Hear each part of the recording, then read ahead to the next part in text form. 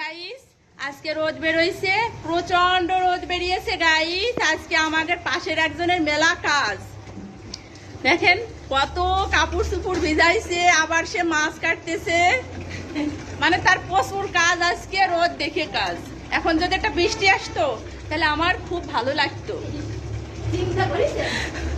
তো গাইস কালকে সুযোগে আমি কাপড় শুকাই নিছি, আজকে এখন যেন বৃষ্টি আসে। তো গাইস তোমরা সবাই একটু আশীর্বাদ করো যেন বৃষ্টি আসে, বৌদির কাপড় চুপড় না শুকাইতে পারে। হ্যাঁ সবাই দোয়া করেন, আশীর্বাদ করেন যেন। মেঘ হয়ে গেছে, বলতে বলতে বলতে বলতে মেঘ পড়ে গেছে, অন্ধকার হয়ে গেছে। তো গাইস টাটা। 4 কেজি ওজনের একটা সিলভার মাছ নিয়ে আইছে আমাদের দাদা।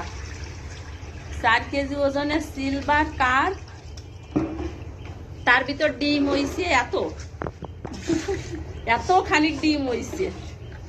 এগো দিয়ে তো 1 কেজি বেরিয়ে গেছে ডিম দিয়ে। তো গাইস মাছের ডিম কার কার পছন্দ হয়? আমার ভাল লাগে না, আমি খাই না। মুরগির ডিমই খাই না, তার মাছের ডিম। আজকে কি বৌদির ঘরে কুটুম আসতেছে? ওরে বাবা, আমার ঘরে নেমন্তন্ন আজকে, তাহলে যাবো না।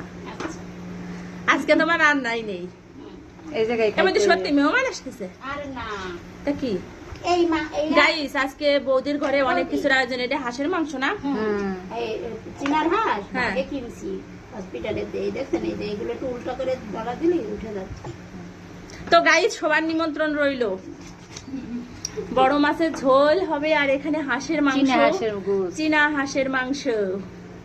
আচ্ছা ঠিক আছে, আমি আজকে ঘরে যাচ্ছি না, কিন্তু আমার ছেলেরা নিয়ে চলে আসতেছি, বুঝছেন? আচ্ছা।